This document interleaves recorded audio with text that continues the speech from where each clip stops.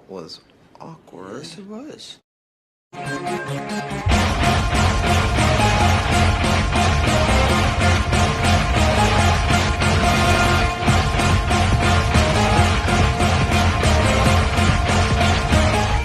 What's good, everybody? This is your boy Jagging Off, the Go to Jags YouTube. Not for the Bowl City Duval. We in the fucking building yet again.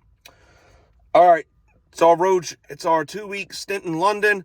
We got the Atlanta Falcons first. And before this begins, I would like to recognize, yes, I'm wearing a very shitty fake Maurice Jones-Drew jersey.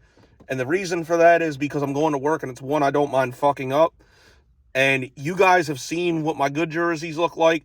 So, yeah, like I said, I work a physical job. It's one I don't mind fucking up. So shut up, I'll smack you one.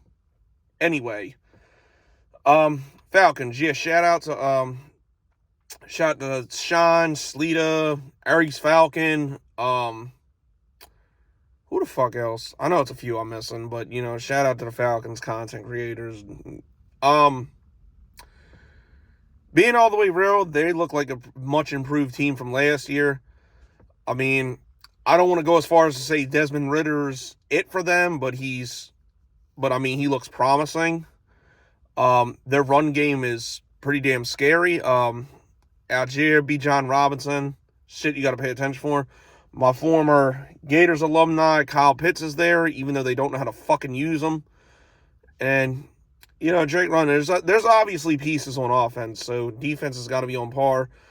From what I've heard, the Falcons' offensive line is still pretty shitty. So we absolutely need a better performance than against that god-awful, instead of what we got in that god-awful Houston game. We need to get pressure on Ritter. We need to force him to make mistakes. And I hate saying that this is a must-win game this early in the season, but it really fucking is. Because, you know, dropping to 1-3 with the Bills coming up is not ideal. So we really need this game. Calvin Ridley, you're playing against your former team. Get your head out of your ass and catch the fucking ball. Really, the rest of the receivers. And I think Zay Jones is out again this week. So, again, I should say this is where we should activate Elijah Cooks and Parker Washington to see what they got. But, of course, that's going to fucking fall on deaf ears. So, I'm not even going to waste my breath. But, yeah, everybody's just got to do their part. Get back to what we do best. And, you know, I think ETN will still have another good game. Even though the Falcons' defense is improved, I still think, you know, there's a lot of holes we can take advantage of. Our buddy Calais Campbell's over there. I guess, you know, I'm going to assume he's still decent, even though I really haven't heard anything about him this year. But, yeah, he'll be. But, like I said, I think this is definitely a game we can and should win. It's just a matter of, you know, are we going to execute and fucking win? And I'm going to end the video on this. Should the Jags beat the Falcons by all accounts, they should. As especially if the Vikings lose to the Panthers, that should mean two things for both teams. The Jaguars should be in win now mode and doing shit to help us win, and the Vikings should be in tank for Caleb mode. So, you know, it was rumored all offseason, and like I said, just because that he signed that one-year deal, I guarantee you it still doesn't mean he's sticking around. Like, that was just to get Danielle Hunter's ass in camp and like, playing and stop holding out, rather than it's the long term. So, I guarantee you in that fucking contract, there's shit that, one, not only pays him substantially, but two, probably makes it more salary cap friendly, and three, makes it enticing and financially affordable for him to be traded for another team. So, we win this game, especially since we're going to get Smoot back soon. Danielle Hunter and DeJuan Smoot would be huge additions to the pass rush.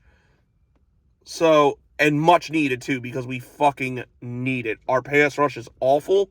So, getting those two, that would be a huge upgrade and something we would need going forward. If the Jags are really going to be serious about, you know, contending this year, that is absolutely a move that needs to happen somehow.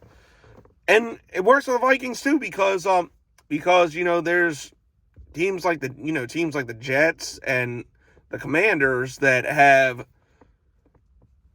good rosters but are lacking in quarterback.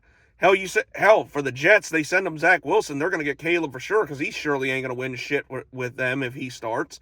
And then if we somehow can include Caleb on Jason in the deal for Danielle Hunter, shit, they're not going to have any pass rush whatsoever.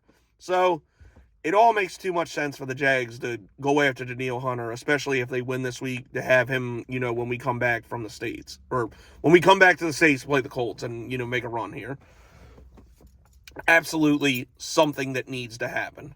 But for now, we got to focus on the Falcons. And guys, please just pull your heads out of your ass. Play like you're capable of playing and win this game.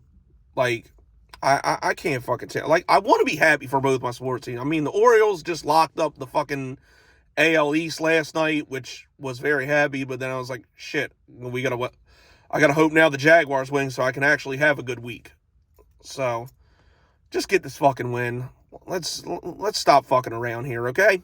Thank you. But anyways, that's it. That's all, people. This has been your boy Jagging Off. Go Jags. Duval till I die.